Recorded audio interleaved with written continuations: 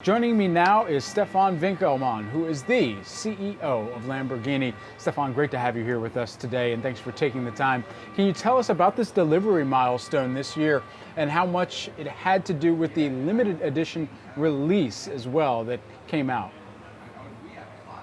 In fact, we are having an incredible year, an incredible run in the year 2021. We are on a record high level, and we will end the year with a new positive result on a record high, both in terms of sales and in terms of economics. This is also thanks to, let's say, the brand strength, and this is the reason why we also launched this limited edition of the Countach. The Countach is the car which 50 years ago changed the DNA of the brand, changed the design, but also the technology inside the car. And we celebrated this with a limited car, which is a modern interpretation with a lot of new technology. And we did this, or we are going to build this car only 112 times. Wow. But it's already sold out, but the deliveries will start next year. Okay, and so Lamborghini is hybridizing its entire fleet by 2024 using a new type of V12 engine. So how does the shift to hybrid and electric impact vehicle performance and customer loyalty? But there's a prerequisite. Sustainability is a conditio sine qua non. So this is something which is important from now on. And we are hybridizing all our lineup between 23 and 24. First the Aventador, then the Urus, and then the Huracan. So all these three models. We will keep the V12 naturally aspirated engine. It will be a complete new development.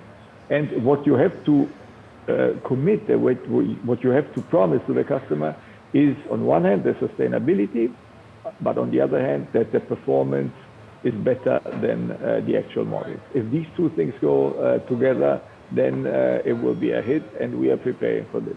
Now, inquiring minds want to know as well, you're keeping the V12, but will the supercapacitor be used in the truck model?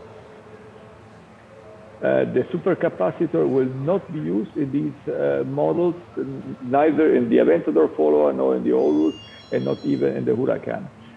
It will be a plug-in hybrid. All the three cars will be plug-in hybrid cars.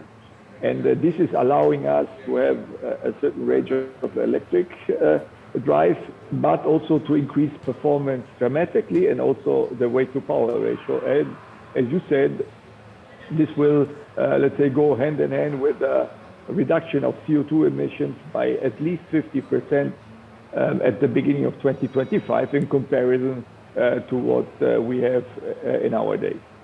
Lamborghini also announced the final iteration of its Aventador with a limited edition model called the Automaker. Do you anticipate more limited releases of non-electric supercars?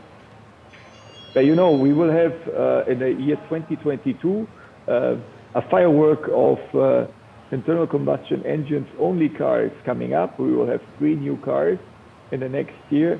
And for sure, this is an era where only combustion engines is going to end. We will keep internal combustion engines in combination with the batteries as long as we can, complying with the homologation and rules and emission standards. And this is then also an opportunity to have those so-called last of a kind internal combustion engines only, like we did with the Ultime, where we are going to produce 600 cars, 350 coupes, and 250 roadsters. And also those cars were sold in a blink of an eye. Additionally, let's talk about your order book for 2022. It seems like it's already packed here as we're continuing to look out to 2022. A 10-month order book. How does demand look for the company? I have to say we are very pleased about the situation. And against what you said, we have even improved our order bank. Now the order bank is at a level of at least 12 months. So if you want, if you order or place an order today, you will get it in December 2022. We have to adjust. We increased our production twice already this year. We will see what we can do next year. But it's also clear that our type of car is always to be produced less than demand. And this is what we have to keep also in the future, because the value of the brand, the value of the residual of the cars is to the utmost important for the future of our company. Lamborghini going to have its first investor day in a few years with such record sales growth that you've seen. Are there any plans to move outside of the parent company, Volkswagen Group? No, there are no plans to move out. We feel safe and we feel very comfortable in the Volkswagen Group. We have, on one hand side, we have synergies, but on the other hand, it's also a group which is representing all the type of cars which you can buy around the globe, and all the sizes, including trucks. And this is something which is very positive also for a brand like Lamborghini. There's a common phrase within the cryptocurrency community of win Lambo. For a company in Lamborghini that has had as much fanfare as you have around your vehicles, there certainly has been a lot of fanfare from the crypto community as well. We know that some auto companies are embracing that community and also even adding on payment options, i.e. Tesla, that has talked about the possibility of accepting Bitcoin.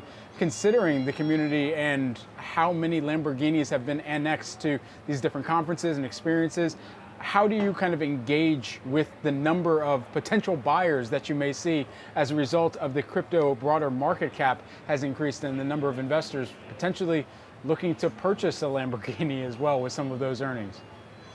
I have to say that we are developing, producing, and wholesaling our cars to our dealers, our partners, and they decide whether or not they accept cryptocurrencies today or also in the future. So for us, it's important that we have a good relationship with our partners. The fact that the community of the cryptocurrency is very much interested in Lamborghini is a sign of how hip we are, trendy we are, and also lifestyle oriented we are in the younger community.